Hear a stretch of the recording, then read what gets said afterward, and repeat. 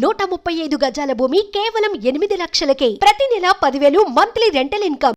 అధ్యక్ష, ముందుగా తమరికి ధన్యవాదాలు అధ్యక్ష. ఎందుకంటే ఒక యువ శాసనసభ్యురాలు ఇవాళ అనుకోని పరిస్థితుల్లో మన మధ్యన లేని ఈ సందర్భంలో మరి కేవలం ఈ ఒక్కరోజు మొత్తం కూడా సంతాప తీర్మానం మీదే అమ్మాయి గురించి మాట్లాడడానికి అందరికీ అవకాశం ఇచ్చినందుకు ముందుగా తమరికి ధన్యవాదాలు అధ్యక్ష. నిజంగా కూడా కొన్ని సందర్భాలు దిగ్భ్రాంతిని కలిగిస్తాయి అధ్యక్ష. ఇవాళ జ్ఞాని సాయన్న గారు ఇప్పుడే ముఖ్యమంత్రి గారు చెప్పినట్టు ఒక సీనియర్ శాసనసభ్యుడు, 5 సార్లు గెలిచిన మంచి వ్యక్తి, మృదు స్వభావి, ఎప్పుడు ఎక్కడ ఎవరిని కలిసినా ఏ పార్టీలో ఉన్నా ఒక అజాత శత్రువుగా మంచి పేరు తెచ్చుకున్న వ్యక్తి జ్ఞాని సాయన్న గారు అధ్యక్ష. గతంలో పెద్దలు కేసీఆర్ గారి నాయకత్వంలో సాయన్న గారు మేము అందరం కూడా కలిసికట్టుగా నగరాభివృద్ధికి ఎన్నో రకాలుగా కంటోన్మెంట్ కానీ తర్వాత నగరంలోని వివిధ ప్రాంతాలకు సంబంధించి కానీ చాలా కమిట్మెంట్తో పనిచేసిన నాయకుడు సాయన్న గారు అధ్యక్ష. అధ్యక్ష, సాయన్న గారు అదేవిధంగా మా గౌరవ ముషీరాబాద్ శాసనసభ్యులు ముఠా గోపాల్ గారు చిరకాల స్నేహితులు అధ్యక్ష. దాదాపు దశాబ్దాల స్నేహం వారిద్దరిది కూడా. మీకు కూడా మంచి స్నేహితుడు అధ్యక్ష వారు. నాకు బాగా గుర్తున్న సందర్భం అధ్యక్ష, 2015వ సంవత్సరం ఆనాడు జిహెచ్ఎంసీ ఎలక్షన్స్ వచ్చినప్పుడు సాయన్న గారు కోరిన ఒకే ఒక్క కోరిక, నేను కవాడిగూడ నుండి లాస్యానందిత గారిని నేను కార్పొరేటర్గా చూడాలనుకుంటా ఉన్నాను, మా మిత్రుడు గోపాల్ గారు కూడా పూర్తిగా మద్దతుగా ఉన్నారని చెప్పి మొదటిసారి ఆ రోజు వచ్చి అడిగితే కేసీఆర్ గారు కాదనకుండా వెంటనే అమ్మాయికి ఒక మంచి భవిష్యత్తున్న నాయకురాలు, మంచి యంగ్ లీడర్గా బాగా చదువుకున్న అమ్మాయి, మంచి అవకాశం ఇవ్వాలన్న ఉద్దేశంతో ఆనాడు కవాడిగూడ నుంచి కార్పొరేటర్గా గెలిపించుకోవడం జరిగింది అధ్యక్ష. కానీ నిజంగా కొన్ని సందర్భాలు ఎట్లా ఉంటాయి అధ్యక్ష అంటే, ఇప్పుడు సాయన్న గారి కుటుంబాన్ని చూస్తూ ఉంటే విధి నిజంగానే వారి మీద పగబట్టిందేమో అన్నంత తీవ్రంగా ఒకే ఒక్క సంవత్సరంలో మరి అటు సాయన్న గారు దుర్మరణం పాలు కావడం, ఆ తర్వాత అనుకోని మరి మమ్మల్ని అందరినీ కూడా విస్మయపరుస్తూ దిగ్భ్రాంతికి గురి చేస్తూ లాస్యానందిత గారు కూడా ఈ రోడ్ యాక్సిడెంట్లో చనిపోవడం, ఇవన్నీ కూడా అత్యంత ఆవేదన కలిగించే అంశాలు అధ్యక్ష. ఒకటే ఏడాది లోపల అటు తండ్రి ఇటు కూతురు చనిపోవడం అంటే ఆ కుటుంబంలో ఎంత విషాదం ఉంటుందో మనం ఊహించవచ్చు అధ్యక్ష.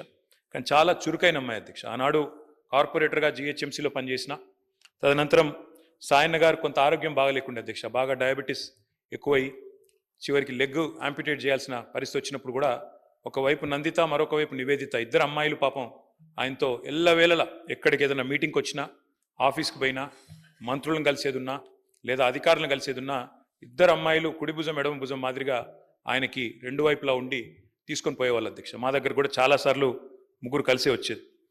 అట్లాంటి కుటుంబం సాయన్న గారు మరణించిన తర్వాత ఇదే శాసనసభలో అధ్యక్ష ఆనాడు కేసీఆర్ గారు ముఖ్యమంత్రిగా సంతాప తీర్మానం చెప్పడమే కాకుండా ఆ కుటుంబానికి అన్ని రకాలుగా అండగా ఉంటామని చెప్పి హామీ ఇచ్చిన హామీ ప్రకారమే ఆ రోజు మళ్ళీ లాస్యానందిత గారికి 2023లో జరిగిన శాసనసభ ఎన్నికల్లో మరి ఆనాడు పార్టీ నుంచి అవకాశం కూడా ఇవ్వడం జరిగింది అధ్యక్ష.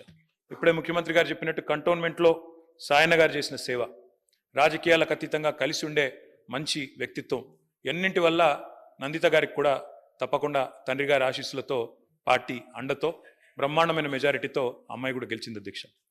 బాధాకరం ఏమంటే సరిగా గెలిచిన కొద్ది కాలానికే మరి నల్లగొండలో మా పార్టీ సభ ఒకటి జరుగుతూ ఉంటే అక్కడికి నందిత గారు కూడా రావడం జరిగింది.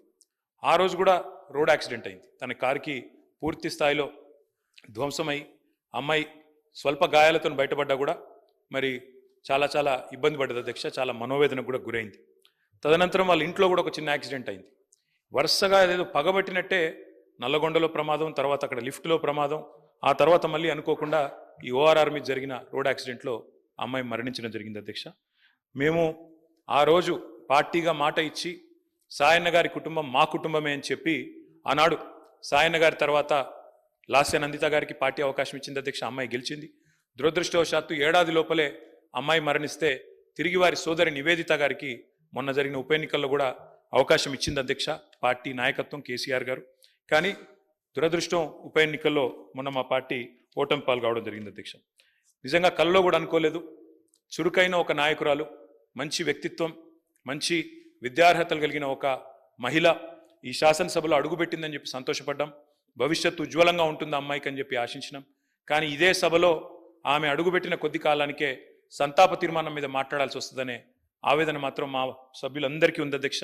వారందరి మనోవేదన, ముఖ్యంగా మా గోపాలన్న గురించి అయితే ఆయన ఎంత బాధపడ్డారో నేను కళ్ళారా చూసిన అధ్యక్ష. అందుకే ఇలాంటి క్లిష్ట పరిస్థితుల్లో సాయన్న గారి మరణం తర్వాత మేమందరం కూడా ఆ కుటుంబానికి అండగా నిలబడాలని పార్టీగా నిర్ణయం తీసుకున్నాం. తర్వాత నందిత గారు, తర్వాత ఇప్పుడు నివేదిత గారు, వారి కుటుంబానికి ఈ రోజు అయితే కాదు అధ్యక్ష, భవిష్యత్తులో కూడా సంపూర్ణంగా అండగా ఉంటాం. ఈ సంతాప తీర్మానాన్ని పూర్తిగా బలపరుస్తూ ఆ కుటుంబానికి మనోధైర్యం భగవంతుడు ప్రసాదించాలని, లాస్యా నందిత గారి ఆత్మకు శాంతి చేకూరాలని ప్రార్థిస్తా ఉన్నాను అధ్యక్ష. సుమన్ టీవీలో మీ పర్సనల్ అండ్ బిజినెస్ ప్రమోషన్స్ కోసం కింది నెంబర్కి కాంటాక్ట్ చేయండి.